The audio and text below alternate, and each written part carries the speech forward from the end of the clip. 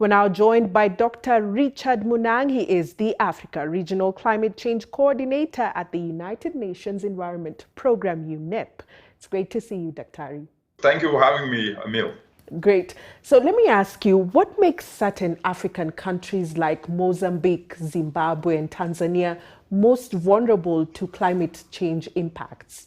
Africa actually have some features that are making Africa to be more vulnerable. If you take the aridity in the Saharan desert, if you look at the humidity in the Congo forest, all these help to exacerbate this warming, but that is not the reason why Africa is more vulnerable. It is more vulnerable because of low adaptive capacity. It is more vulnerable because of the low socioeconomic base that actually weakens its ability to be able to recoup and actually overcome some of these extreme events that we keep seeing as a result of the changing climate. So when we look at the humanitarian cost of climate change, what can you tell us, especially with the fact that you are the Africa Climate Change Coordinator? Tell us about that cost. How is it so far? It's not just a ballpark figure that we can give, but when you take agriculture, people are already going to bed hungry.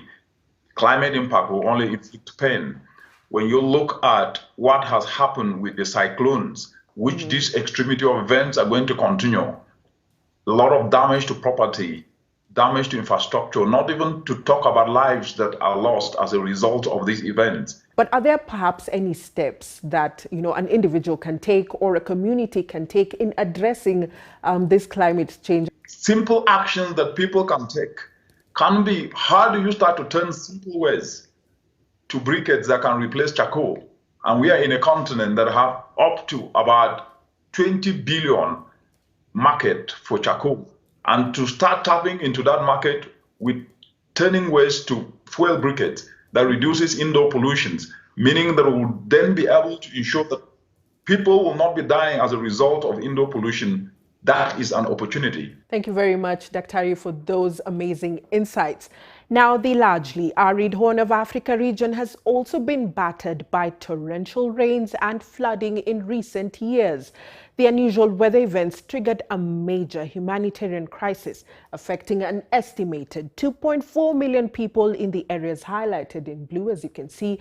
The red circles here indicating the more than 1 million people displaced from their homes across Somalia, Kenya, Ethiopia, and Uganda. Shiro.